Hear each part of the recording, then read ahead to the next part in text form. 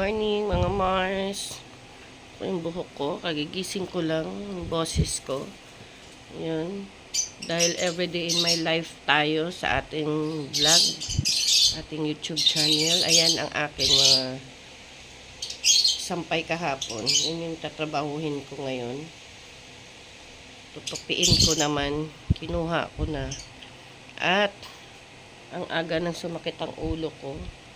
Dahil pagkagising ko, dahil kahapon pagod ako, pagkagising ko makalat dahil nga masamang pakiramdam ko. Nauna ako sa mga bata, laki na ng mga bata, pero di mo pa rin maaasahan. Nako, yan mga Mars, mamaya update ko kayo sa mga ibang gawain ko. Ang grahe, naligpit ko na, hindi ko na vlog kasi masakit ang ulo ko dahil mali yung pagkagising ko. Yan mga Mars, tupi na tayo. Yan. Iinom kasi ako Mars ng maligamgam sa umaga. Ayan, nag-aalagay tayo ng tubig na maligamgam.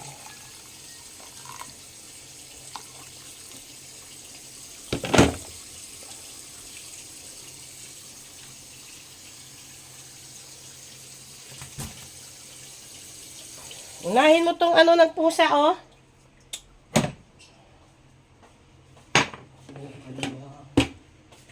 Ano to? Sa pusa yan, yung yan, kalak nila. 'Di ba? Kaya wag na yan pakawalan ng mga yan. Lalo lang sumasakit ang ulo ko sa umaga eh. Tapos pag tumagal naman yung tatahimik ko. Hindi. Ayoko. Ang baho-baho ng bahay. Walang tubig na magamit. Haluan ko to mga Mars ng tubig na wala kaming tubig kasi kakukuha lang. Kasi kailangan ko lang ng maligamgam na timpla tayo mga Mars ng kape. Ang aga ng init ng ulo ko. Ayan. Tinapay ako. Ito yung kape ko. Ito tayo ng kape mga Mars.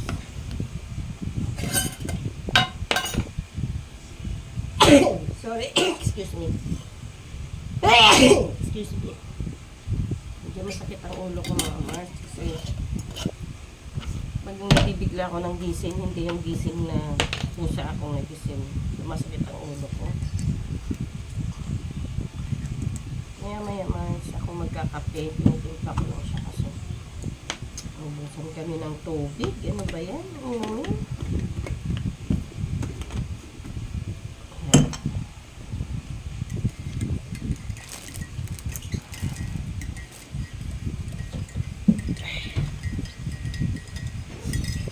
Tasa ni Papa to.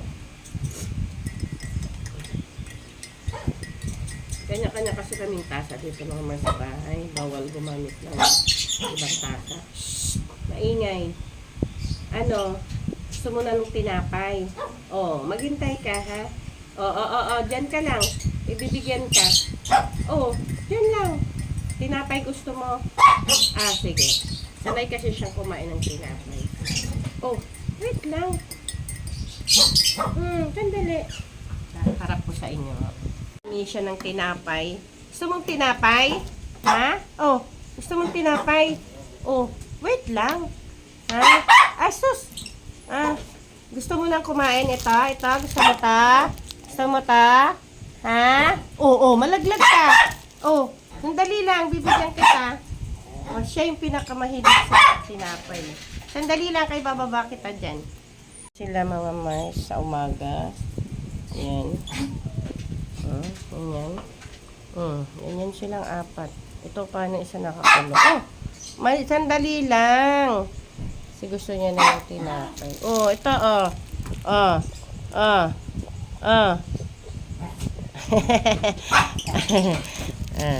Gusto mo rin?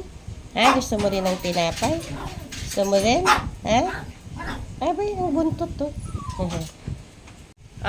Steffi. Yumi, wag mo nang kainin yung sa nanay mo. Bella. Si Bella. Shh, kay Bella yan. Wag mong subukan.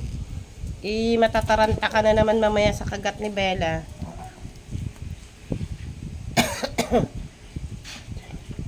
Ayun lang, bibigyan natin si Stepe, hindi lang kayo. Kawawa naman. Kinulong ko yan mga Mars, nakatali kasi yan. May mga kutong malalaki. Kawawa naman sila. Hindi naman sa kanila galing, pumupunta lang dito. Oh, nabulunan ka na. Oh, takaw talaga siya. Yumi. Yumi. Si Yumi. Oh, Bella. Bella. Oh.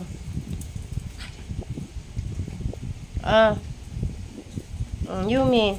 Yumi, ayun na Yumi. Huwag mo nang agawin dyan kay Aki. Kay lagot ka talaga, Bella.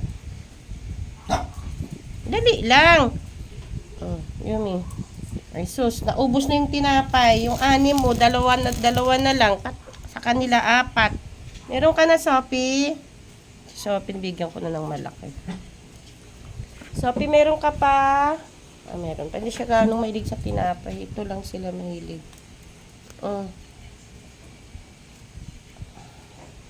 Bella. Bella. Naglilihi. Hindi, kain ikaw.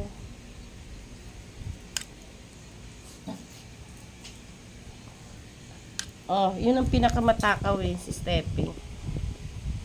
Nanay nitong dalawang to. Okay na? Ha? Wala nang tinapay si Grandma. Naubos nyo na. Okay na? Yan, kape na tayo mga Mars. Nakalipas na yung pag-inom ko ng tubig na maligam-gam. Inom talaga ako mga Mars isang baso ng tubig na maligam-gam sa umaga bago magkape, bago kumain. Tama na. Wala na si Grandma. Ubus na. 6 to. 2 na lang. Ay. Sausaw natin mga Mars. Kape. Para makapagtupi ako.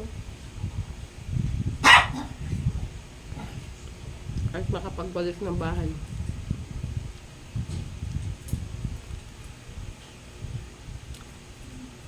Ito na ang gusto ko.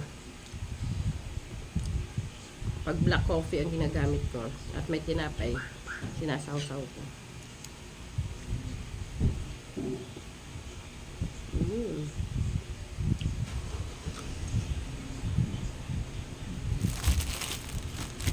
Ang 6, 2 na lang natira.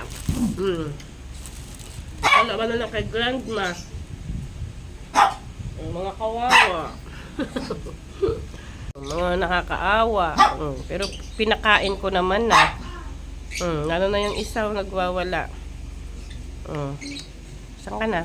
Wala na siya. Ayun ako. Nagwawala. Yung 3. Ano? Wala na. Mamaya na lang magpabili tayo. Nagrahe ako mga Mars. Magdidilig pa ako.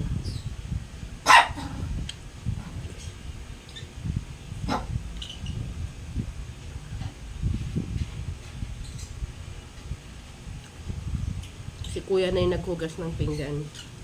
Maga ko siya ginising.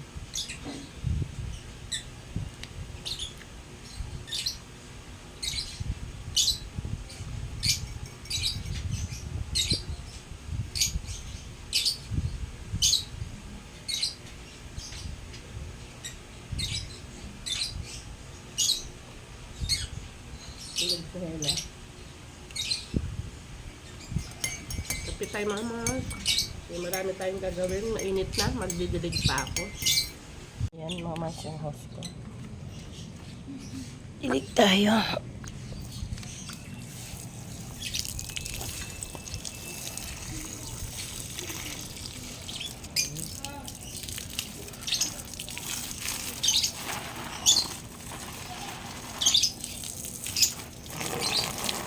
Sobrang init kasi ngayon. Ang aking rubber plant. Ang ganda. Galing niya kay Sister Josie ko sa Mindoro. Ayan pa mga Mars. Galing naman sa kapatid niyang asawa ko. Pinanin ni Ed yan. Di ko alam kung mabubuhay. Ayan, galing kay G. Yan yung isang rubber plant ko. Ang ganda sa dulo.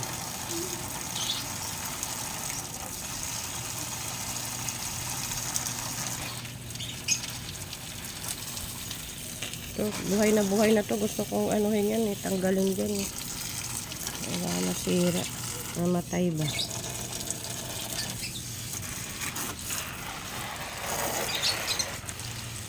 Yung galing ito galing sa Mindoro din to. Ayan. Pati yung luya ko na yan. Ayan. Tayo na naman. Oh, ang dumi-dumi na ng sasakyan ni ate ko. Yung mga halaman ko dito. Ano ba ito na po ko?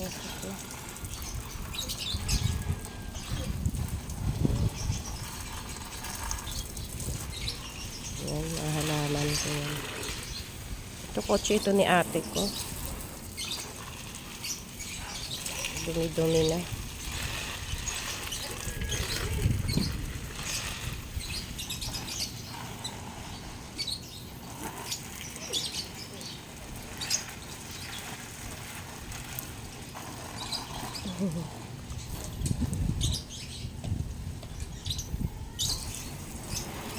May patay na akong halaman dito.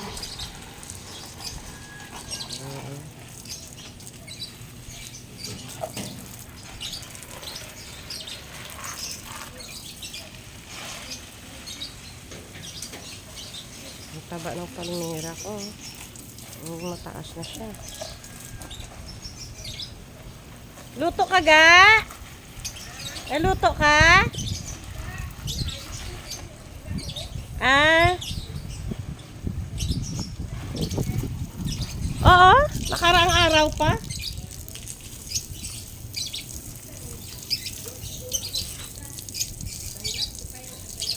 Ah? Para makaluto ka na. Yung tanglad ko mga Mars, ang taba niya, no. Pagdating ng asawa ko, pinutulan niya yung dulo, nagtampo. Naging ganyan na.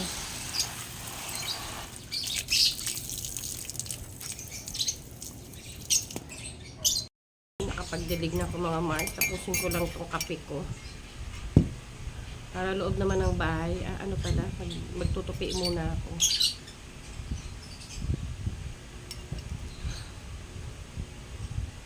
Para makapagsain na ako.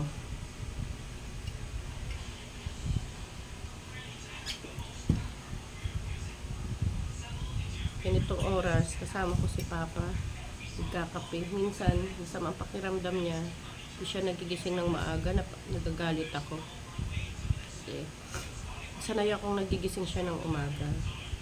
Yung akin kasi baka masanay siya. Sumama yung pakiramdam niya.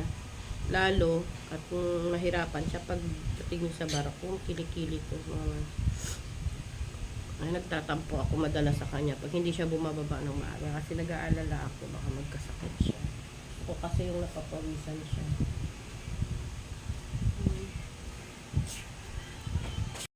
Na tayo mga Mars, ano yun? Tanggalin mo na anak yung hanger ko. Basa yung pinaglapagan mo dyan. Dito na. Katatapos ko lang mag-lunch, hindi ko na pinakita kasi yung ano ko ay itlog, ulam. Nag-itlog lang ako mga Mars. Ako lang naman tsaka si ate ko, nag-itlog lang din si ate Jessica. Ang dami natin tupiin mga Mars. Parang basa pa to, baby. Huh? Basa pa. Isampay mo dun sa bakal lang. Ha? Ano? Ikaw maghangit. Hindi, diretso mo na sa sabakal. Iganon mo lang siya. Ilapag mo lang sa tabi ng mga basahan. Mamaya labhan ko yung mga basahan. Oh, ibasa pa to. Mangangamoy lang to.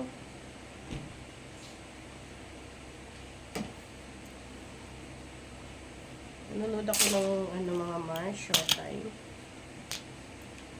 Ninaan ko lang kasi may sound sila, makapiright ako sa Tinanggal mo na lahat ng hangit para maayos na.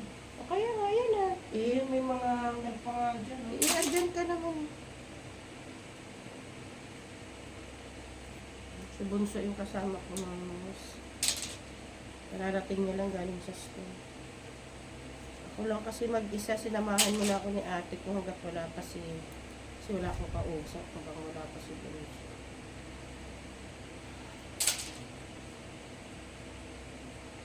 Dami namin Dami kong niligpit. Hindi ko na na-video kasi nagutom na ako.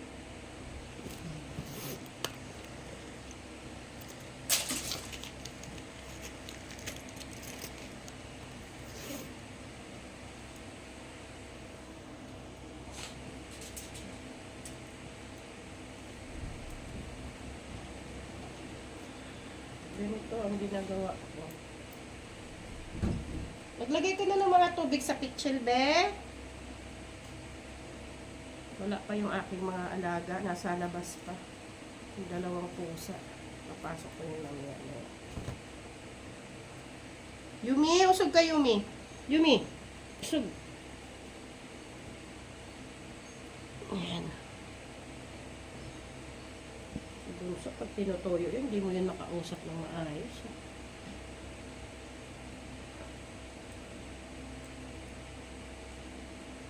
Siya talaga ang kasama ko sa bahay may madalas. Siya din yung pauutusan ko. Bilang ate, nasa trabaho. Ang kuya kanina, maagang nagsaing, maagang naglinis ng lababo, naghugas ng pinggan. Bago nagpunta sa school. Siya yung napagalitan ko kanina.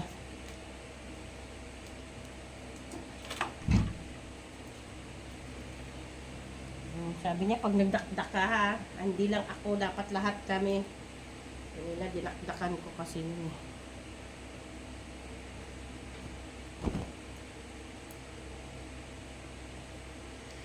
Mars, abangan nyo araw-araw ang ginagawa ko sa bahay. Mamaya mag-ano ako sa taas. Maglimpit naman ako sa kwarto.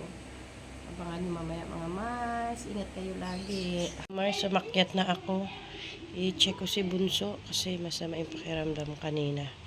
Baka nilalagnat. May lagnat ka ba, be? Wala naman? Kanina naka-jacket ka. Ba't di ka kumain? Alagaan. Sige matulog ka na. Yung baon mo na sa baba, ha? Center table. Mga Mars, ang gulo ng kama ko. Galing kasi ako sa baba. Natutulog na kami ni Aki, ng aking dog. Ayusin ko pa to mga Mars, yung aking higaan. Ayan.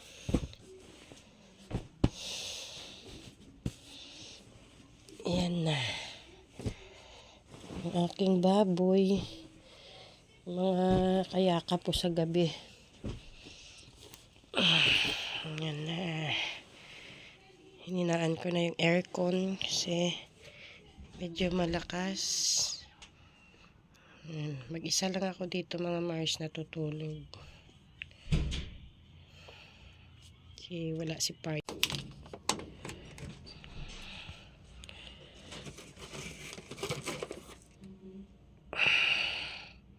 Good night na mga Mars. Bukas ko uli kayo update. Good night na mga Mars. Ako'y matutulog na. Ito yung mga kayakap ko. Good night mga Mars. Good night Papa. Ayun, at mag-isa lang ako sa kwarto. Bye na.